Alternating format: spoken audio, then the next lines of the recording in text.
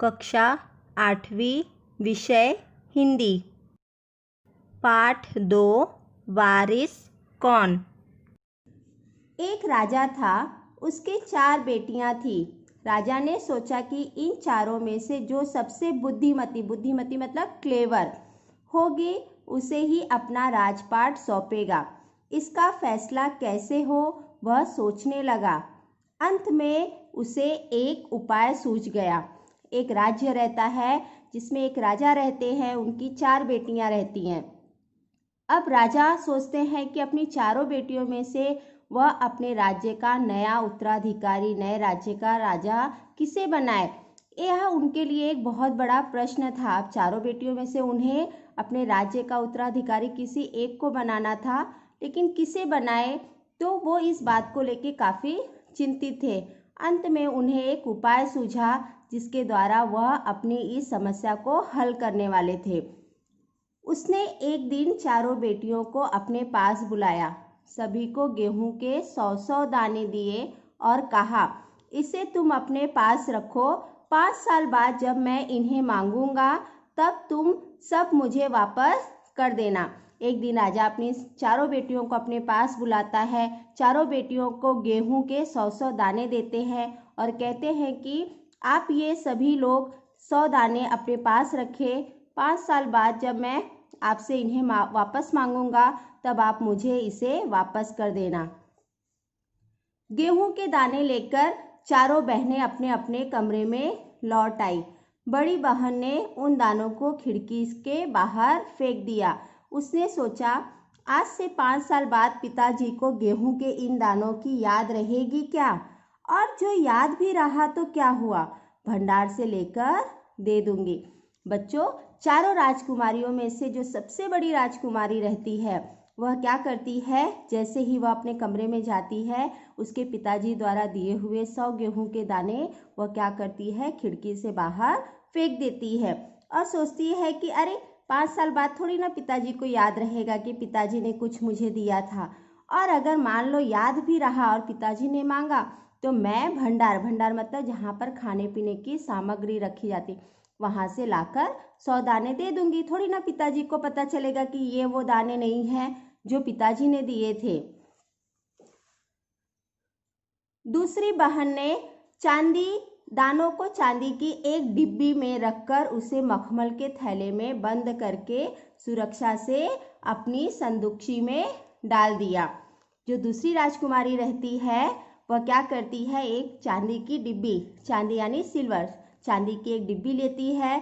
उसके अंदर एक मखमल के कपड़े की थैली रहती है, उसके अंदर उन 100 दानों को रखकर उसे क्या करती है, अपनी संदूकची मतलब जो छोटा सा सूटकेस होता है, उसमें वह डालकर रख देती है और सोचती है कि 5 साल बाद जब पिताजी ये दाने मांगेंगे, तब उन्हें वापस कर दूंगी। कि 5 साल के बाद जब अगर पिताजी मुझसे उन दानों के बारे में पूछेंगे, तब मैं उन्हें वो दाने वहां से निकाल कर दे दूंगी। अब बारी आती है तीसरी राजकुमारी की। तीसरी बहन बस सोचती रही कि इसका क्या करूं। अब तीसरी रानी जो राजकुमारी रहती है, वह बहुत परेशान रहती कि आखिर मैं इन दानों का करूं तो करूं क्या, और वह इसी सोच में डूबी रहती है। अब चौथी और छोटी बहन तनिक बच्ची थी। जो सबसे छोटी राजकुमारी रहती है, वह तनिक मतलब होता है थोड़ी शरारती रहती है और उसमें बचपना बहुत रहता है। शरारतें करना उसे बहुत पसंद था। उसे गेहूं के भुने दाने भी बहुत पसंद थे। जो छोटी राजकुमारी रहती है, उसे गेहूं के भुने हुए दाने बहुत पसंद थे। तो वो क्या करती है, उसने दानों को भुनवाकर खा डाला और खेल में मग्न हो गई। बच्चों, वो क्या करती है, उसके पिताजी द्वारा दिए हुए जो 100 दाने रहते हैं, उन्हें भुनवाती है और उसे खा जाती है और फिर वह अपने खेलने में एकदम लुप्त हो जाती है, मग्न हो जाती है। तीसरी राजकुमारी को इस बात का यकीन था कि पिताजी ने उन्हें यूं ही ये दाने नहीं दिए होंगे, जरूर इसके पीछे कोई मकसद होगा। अब तीसरी राजकुमारी, बच्चों मैंने जैसे बताया था कि तीसरी राजकुमारी सोच ही रही थी कि आखिर मैं क्या करूं इन दानों का, वह इसी सोच में डूबी हुई थी। तो वो मन में ये सोचती है कि पिताजी ने तो ऐसे ही ये दाने मुझे दिए नहीं होंगे या हम सभी को दिए होंगे, जरूर इसके पीछे उसके पिताजी का कोई मकसद होगा। तो वह इसी सोच में उसने क्या किया, पहले तो उसने भी दूसरी बहनों की तरह ही उन्हें सहेज कर रख देने की बात सोची। पहले उसके बाकी बहनों ने जैसे किया, उसके मन में भी आया कि मैं भी एक काम करती हूँ, इन्हें संभाल कर कहीं रख देती हूँ, सहेज कर मतलब संभाल कर। लेकिन वो ऐसा नहीं करती है। 2-3 दिनों तक वह सोचती रहती है। वह इसी बात को लेकर परेशान थी कि आखिर क्या करूँ, इन 100 दानों को क्या करूँ, पिताजी ने जरूर इसे दिया है तो इसके पीछे पिताजी का कुछ मकसद होगा, कुछ उद्देश्य होगा। और फिर उसे एक उपाय सूझता है और वो क्या करती है, फिर उसने अपने कमरे की खिड़की के पीछे वाली ज़मीन में वे दाने बो दिए। फिर उस राजकुमारी का जो कमरा रहता है, उस कमरे की खिड़की के पीछे एक ज़मीन रहती है। वह क्या करती है, उन 100 दानों को ले जाकर उस ज़मीन में बो देती है। समय पर अंकुर फूटे, अंकुर फूटना मतलब जब हम बीज बोते हैं जो उसमें छोटा सा स्प्राउट निकलता है उसे कहते हैं अंकुर। पौधे तैयार हुए, दाने निकले और फिर धीरे धीरे उस अंकुर से पौधा बनता है और उस पौधे में से दाने निकलते हैं। राजकुमारी ने तैयार फसल के दाने निकाले और फिर से बो दिए। फिर राजकुमारी क्या करती है, उस साल की जो फसल होती है वो 100 दानों से उस फसल में से दाने निकालती है और फिर उन दानों को वापस दोबारा वह अगले साल जमीन में बो देती है। इस तरह से 5 वर्षों में उसके पास ढेर सारा गेहूं तैयार होगा। बच्चों, वो हर साल यही करती थी। पहले वो 100 दाने बोई, 100 दाने से जो इतने दाने निकले उन दानों को अगले साल वापस ज़मीन में बो दिया। फिर उस साल जो फसल निकली, दाने निकले, उन दानों को फिर अगले साल वापस बो दिया।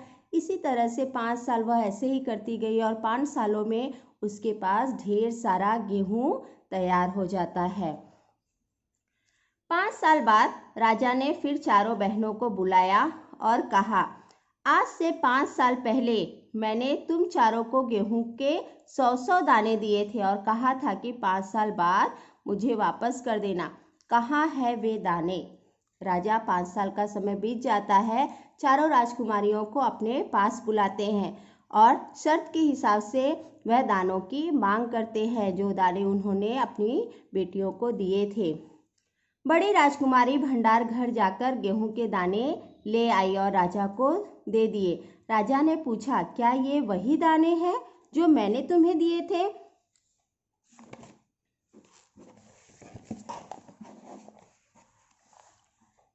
पहले तो राजकुमारी ने हाँ कह दिया, मगर राजा ने फिर कड़क कर पूछा, तब उसने सच्ची बात बता दी। बड़ी राजकुमारी, जैसा उसने मैंने कहा था बच्चों की, वह सोची रहती है कि जब अगर पिताजी 5 साल बाद मुझे मांगेंगे तो मैं क्या करूंगी, मैं भंडार घर से जाकर लाकर उन्हें दे दूंगी। तो 5 साल बाद जब राजा उससे मांगते हैं गेहूं के दाने, तो वह भंडार घर जाती है, वहां से गेहूं के 100 दाने लाकर राजा को दे देती है।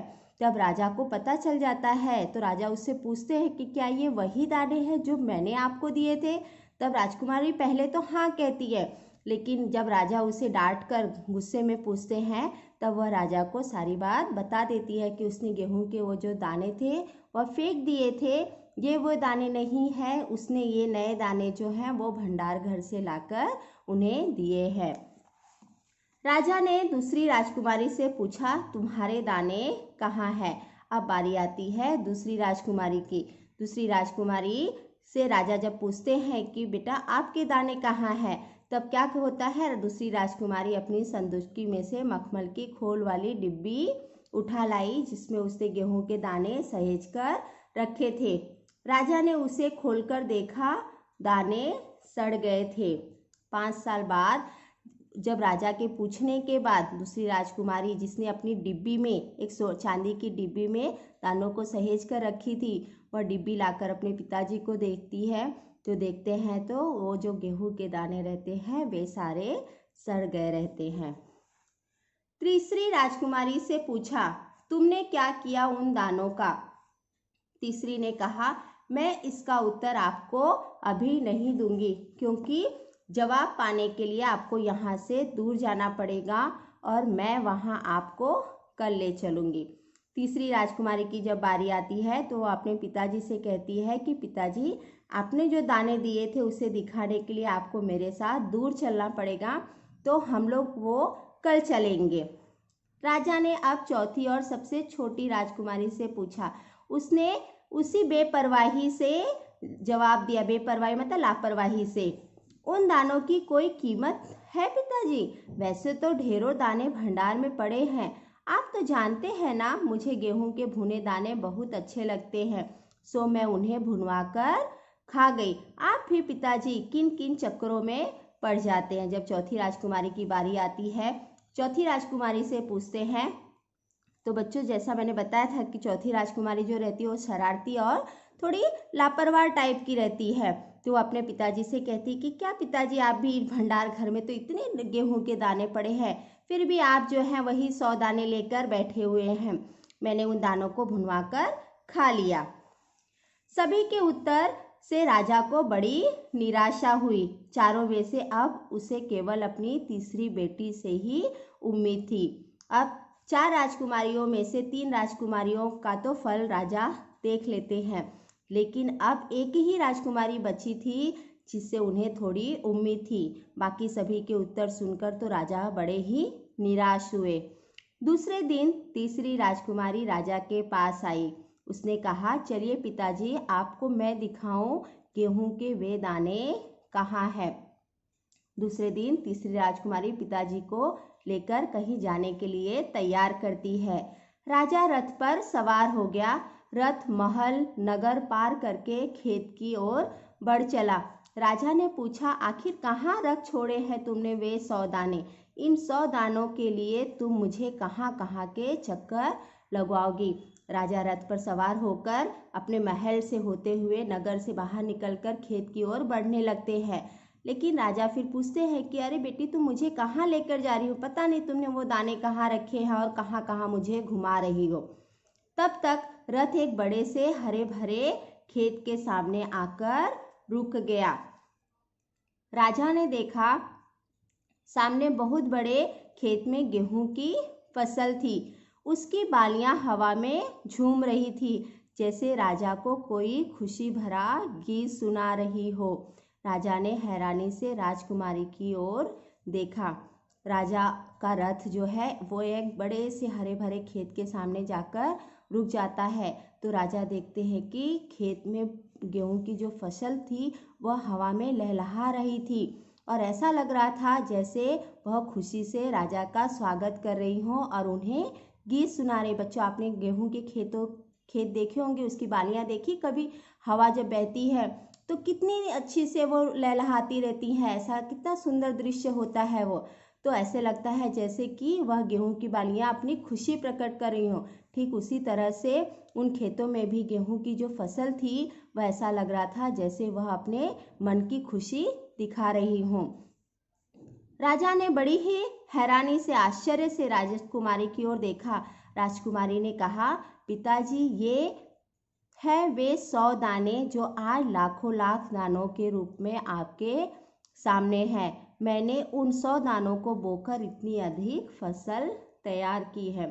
तब वह अपनी आखिरी जो तीसरी राजकुमारी रहती है वह पिताजी को अपनी सारी बात बताती है कि कैसे उसने पहले वो दिए हुए 100 दाने बोए, उन 100 दानों को अगले साल उसने फिर से बोया, फिर वही 100 दाने आज लाखों लाख दानों के रूप में उनके सामने वह फसल के रूप में तैयार खड़ी थी। राजा ने उसे गले लगा लिया। राजा बहुत ही खुश है और खुशी से अपनी तीसरी राजकुमारी, तीसरी बेटी को गले लगा लिया और कहा, अब मैं निश्चिंत हो गया। निश्चिंत मतलब चिंता फिक्र जिसे ना हो।